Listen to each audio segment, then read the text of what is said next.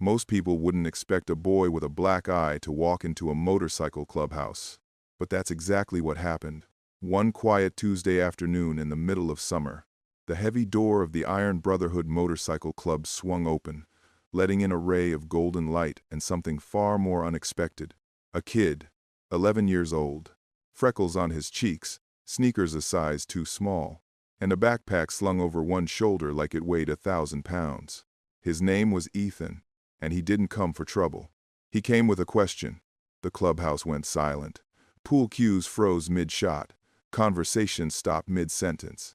Someone even turned down the classic rock playing in the background. 12 men, each built like they'd walked out of a war story, turned their attention to the boy now standing in their world. At the head of the room sat Rob, the chapter president. His salt and pepper beard was thick, his eyes sharp. He set his coffee down slowly, watching the kid with a look that wasn't unkind, just cautious. That's when he saw it. The bruise around Ethan's left eye, dark purple and red, fresh and honest. It said everything the boy hadn't yet. "You lost, kid?" said Hank, a tall man leaning against the jukebox, his voice more curious than harsh. Ethan gripped the straps of his backpack tightly. For a moment, it looked like he might run. But then he straightened up, took a breath, and said something that would change not just his life but everyone else's in that room. "Could one of you be my dad for just one day?" The room was still. No one laughed. No one blinked. Every man there had been a version of Ethan at some point, abandoned, bruised, overlooked. They felt the weight behind his words. Rob looked over at Mike, who'd aged out of foster care at 16. Then to Jesse, who grew up never knowing his father. Then to Hank again, who once wore bruises of his own under his school uniform. This wasn't just a kid asking for a favor. It was a kid reaching out from the deep end, hoping someone would grab his hand. "It's for career day," Ethan added, voice shaking just enough to betray how scared he really was. "It's next Friday at school. Everyone's bringing their mom or dad to talk about what they do. I don't have anyone." Rob stood slowly, his leather vest creaking as he crossed the room. "Where's your mom?" he asked gently. "She works at the hospital," Ethan replied. "Double shifts. She's amazing. But she can't make it." Rob nodded. "And your dad?" The boy's eyes dropped. "He was a Marine. Died overseas 4 years ago." A long pause. Then, softer. "My mom's boyfriend isn't really the kind of guy you bring to school." Hank crouched down to Ethan's level. "That bruise?" he asked. "You fall off your bike?" Ethan tried to nod, but then stopped. He looked around the room again, at the men staring back with weathered eyes and battered hearts. Then he said, almost in a whisper, "His name is Travis. He gets angry when my mom's not home. Yesterday, I forgot to take out the trash. He said I was just like my dad, said I was useless." The temperature in the room seemed to drop. Rob's fists clenched, not in anger, but in something older, something protective. A memory, maybe, of when he too had heard those words from someone who should have protected him. "And school?" Rob asked. Ethan gave a humorless laugh. "There's this kid, Mason. His dad's a lawyer. Him and his friends push me into lockers. Call me names. Steal my lunch. Last week they took my dad's dog tags and threw them away. I had to dig through the trash to find them." Silence followed. The kind that isn't empty, but full of stories, regrets, vows made in dark corners of the past. Rob took a step closer. "Why us?" he asked. Ethan looked up, eyes shining with something close to hope. "Because nobody messes with you guys," he said. "Everyone's scared of you. But maybe, if you were on my side, they'd stop." The men looked at each other. There were no words, just nods, unspoken agreements, shared history. And in that moment, they made a decision not with speeches but with silence. They would stand for Ethan. Not because he begged, but because he was brave enough to ask. The morning of career day arrived with a dull gray sky and the kind of heavy air that warned of rain. Ethan had been awake since before sunrise, staring at the ceiling, rehearsing every moment in his head. Even though Rob had promised, Ethan couldn't help but worry. Adults made promises all the time, and adults broke them. That's what experience had taught him.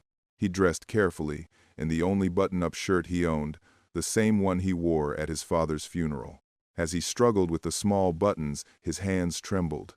Downstairs, his mom kissed him on the forehead and noticed the untouched cereal in his bowl. "Big day, sweetheart," she said gently. Ethan nodded. "Yeah, career day." She hesitated for a moment, guilt flickering in her eyes. "I'm sorry I couldn't take off work. We're short-staffed again." Ethan gave her a small smile. "It's okay. I figured something out." She studied him. Something about the way he stood seemed different. A little taller. A little more sure. "You sure you're okay?" she asked. He nodded again. "I'm sure." At school, Mason, the boy who made Ethan's life miserable, was waiting near the lockers with his two usual shadows. Brett, with his smug grin, and Chase, who always stood a little too close. "Well, well," Mason sneered. "The orphan shows up," Brett snickered. "Ready for your big presentation, loser? Who you got coming? The trash guy?" Mason leaned in. "My dad's bringing the Tesla this time." "What's yours bringing?" "Oh, right. A tombstone." Brett gave Ethan a hard shove into the lockers. Pain shot through his shoulder, but Ethan didn't respond. He just kept walking, head down, step by step, breathing the way his father had taught him, slow and steady. By 9:15, room 104 was filling up fast. Parents were arriving in their polished clothes and practiced smiles. Mason's father entered wearing a tailored suit, shaking hands like a politician. Brett's mom brought a stethoscope. Chase's dad wore his pilot uniform. Everyone had someone. Ethan sat in the back, staring at the clock. 9:20, 9:27, 9:30. The second hand ticked with cruel precision. They weren't coming. He'd been stupid to believe they would. And then the sound started. A low rumble, faint at first, like distant thunder. But it grew louder, deeper, until the very windows began to shake. Heads turned. Conversations stopped. Every eye in the room looked toward the hallway. Outside, 32 motorcycles pulled into the school parking lot in perfect formation. Chrome glinted beneath the gray clouds. Engines growled in synchronized power. One by one, they parked, killed the engines, and dismounted. Leather jackets, denim, boots heavy with purpose. Inside room 104, even the teachers were speechless. One student whispered, "Are those bikers?" Ethan's breath caught. They came. They actually came. Rob led the group, his presence unmistakable. He opened the classroom door with calm confidence. The room felt too small for their presence, their energy. As they entered, Mason's jaw dropped. His father stepped back, visibly uncertain. Rob's voice was steady and warm. "We're looking for Ethan Palmer." Ethan stood, legs unsteady. "Right here," he said. "We're here for you, kid." Rob smiled. "You ready to do this?" Ethan nodded. He had no words, just a heart beating so loud he was sure the room could hear it. Rob addressed the class with a quiet authority. "Good morning, everyone. We're the Iron Brotherhood Motorcycle Club. Ethan invited us to speak about what we do. So let's get started." He talked about mechanics, how bikes are built, the balance of weight and torque, how to read an engine's sound like a heartbeat. Then Hank took over, talking about their community work. Toy drives for local hospitals, escorting abuse survivors to court, holding fundraisers for homeless veterans. "Most people see our jackets and think the worst," Hank said. "But we're not what TV tells you. Brotherhood is showing up, especially when it's hard." Finally, Jesse stepped forward. He spoke softly, but every word landed heavy.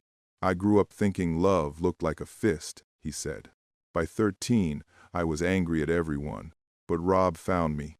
He gave me a choice, to keep breaking things or start building something better." The classroom was silent. Even Mason was listening now. Then Jesse looked at Ethan. "You were brave enough to ask. Most kids never do. That makes you one of us already." The kids clapped, even Brett and Chase. Mason didn't move. His expression had shifted from smugness to something more complicated. For the first time in years, Ethan felt it. Not fear, not survival, but something else. Something like belonging. The weekend after career day felt like something out of a dream. On Saturday morning, Ethan showed up at the Brotherhood clubhouse wearing his favorite hoodie and a nervous grin. For hours, he sat at the workbench while Rob, Hank, and the others showed him how to check oil levels, change spark plugs, and tell the difference between a ratchet and a wrench. His hands were soon covered in grease, but his smile that stayed clean and bright the entire day. For the first time in years, Ethan felt weightless. No tight chest, no waiting for the next explosion. Just laughter, engines, and the quiet kind of safety that comes from being surrounded by people who see you, really see you. But on Monday evening, reality came crashing back. The video from career day had gone viral in the local community. Someone's parent had posted a short clip of the 32 bikers walking into room 104. It spread fast, shared across social media, with captions like, "Local bikers steal the show," and "Real heroes on career day." One of those people who saw the video was Travis. Ethan heard the engine before he saw the truck. That specific growl, low, drunk, and angry. It was 6:42 p.m. He was at the kitchen table doing math homework when the front door slammed open with the force of a storm. "So that's what you're doing now?" Travis slurred, eyes glassy. "You think you're better than me now, huh? You and your little biker gang?" Ethan's mother wouldn't be home for at least another 2 hours. He quickly calculated escape routes. Front door blocked. Back door through the kitchen. Phone. Upstairs. Too far. "I asked you a question," Travis snapped, stepping closer. His breath reeked of beer. "I just needed someone for career day," Ethan said, voice shaking. Travis laughed, the sound sharp and cruel. "You made me look like trash. Everyone at the bar's talking about it. Poor Ethan. No dad. No father figure." He lunged and grabbed Ethan by the collar, lifting him halfway off the ground. "You got a father figure right here," he hissed. "You're not my father," Ethan blurted out before he could stop himself. That did it. Travis's face twisted into a fury, his fist pulling back. But the blow never landed. The front door opened. Not kicked in, not broken, just unlocked and opened with a key. Rob stepped in first. Behind him, Hank, Jesse, and 3 others followed. They didn't rush. They didn't shout. They just walked in with quiet purpose, filling the house with presence. Travis froze. "What the get out of my house?" he growled. Rob didn't flinch. "Not your house," he said calmly. "Lease is in Jennifer Palmer's name. You're just squatting." He held up his phone. "Jennifer gave us a key this afternoon. She's known something was wrong. She just didn't know how to stop it." Travis dropped Ethan, who stumbled back, gasping. He moved toward Rob, ready to swing, but Hank stepped between them without a word. "You don't want to do that," Hank said quietly. While Travis seethed, Jesse moved to the kitchen table and dropped a manila folder with a heavy thud. "Open it," he said. Travis hesitated, then opened the folder with shaking hands. Inside were photographs. Ethan with visible bruises. Time-stamped. Nurse reports from school. Text messages Travis had sent Jennifer threatening, demeaning. A written statement from Ethan's teacher about behavioral changes. Witnesses. Evidence. A timeline. "Where did you get all this?" Travis whispered. "Your kid's school nurse has been documenting for months," Rob said. "She was building a case. Just needed the right moment. Jennifer's co-workers have noticed too. You blaming her bruises on clumsiness doesn't fool medical professionals." Travis tried to protest, but Rob raised a hand. "You have 2 options. Option 1. You pack your stuff. Leave tonight. Never contact Jennifer or Ethan again. We keep this file. We don't press charges. You walk away. Option 2. We file everything tonight. Protective order. Criminal charges. Police involvement. Full custody protection." Travis looked around. No exits left. No allies. No more power. After a long silence, he said, "I need an hour to pack." "You've got 30 minutes, Jesse replied, glancing at his watch. And so, under silent watch, Travis packed his things. No yelling. No chaos. Just quiet accountability. By 7:45, His truck pulled out of the driveway for the last time. Rob called Jennifer. "It's done," he said. "He's gone. Ethan's safe."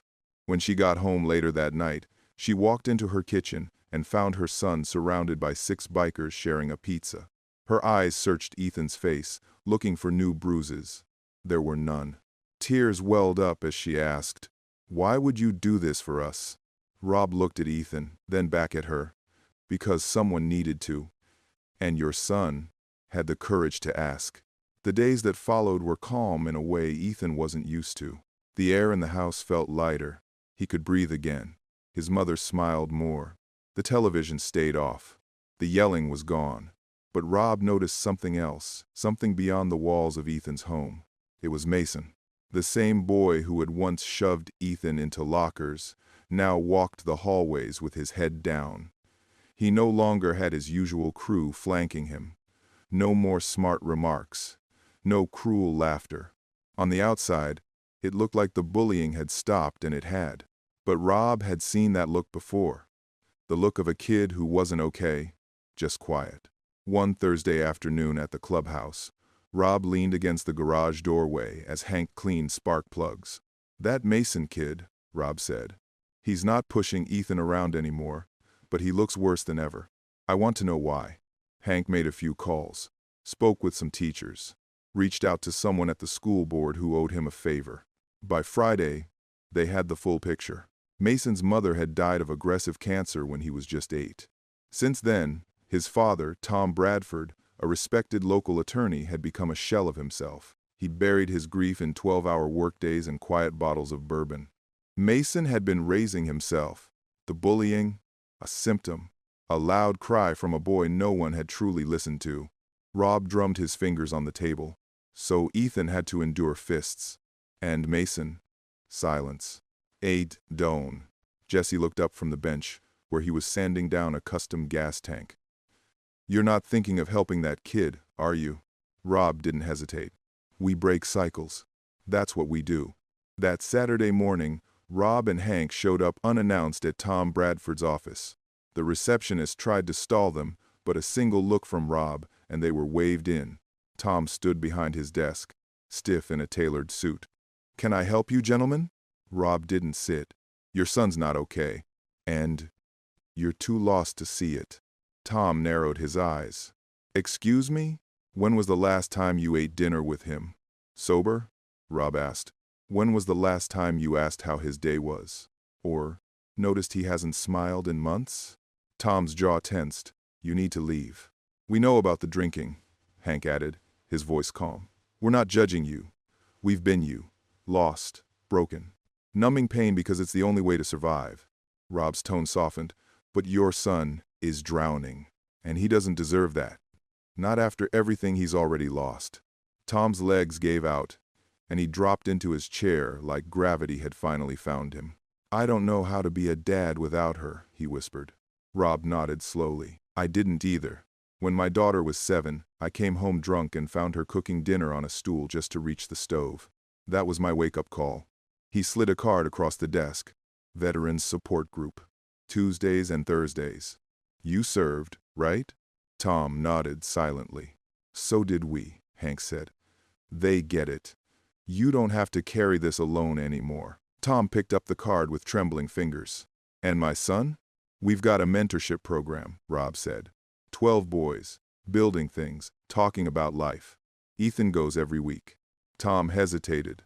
"After everything he's done to Ethan, you still want him in?" Rob's answer was simple. "Everyone deserves a second chance, especially when the first wasn't fair." It's so. Mason was a tougher case. When Jesse approached him at school the next day, Mason's walls went up fast. "I'm not joining some stupid group," he muttered. 12 kids your age. Motorcycles. Woodwork. Food. Ethan goes too," Jesse replied. That gave Mason pause. "He's going?" "Yeah. Wants to build a bookshelf for his room. You can ask him yourself why he said yes to having you there." Later that week, Mason showed up at the clubhouse. Jesse walked him in. The garage went quiet. Ethan looked up from sanding the corner of his new bookshelf. They stared at each other. Mason's voice cracked. "I'm sorry." For all of it. The stuff about your dad. The dog tags. All of it. Ethan studied him, breathing slowly. Then he nodded. Your mom died, right? Mason nodded. That sucks, Ethan said. My dad died too. He held out the sandpaper. I'm terrible at corners. You want to help? And just like that, a new chapter began. The weeks turned into months. Ethan grew taller. His laugh grew louder. Mason softened. His eyes no longer carried that storm. Tom Bradford showed up to every group meeting, sober and steady. When graduation day arrived, the sun was out in full glory. Ethan stood at the podium in his cap and gown, his hands steady, his voice strong. Everyone talks about family like it's something you're born into, he began. But I learned that family is something you build, something you choose. It's the people who show up, the ones who don't walk away when things get hard.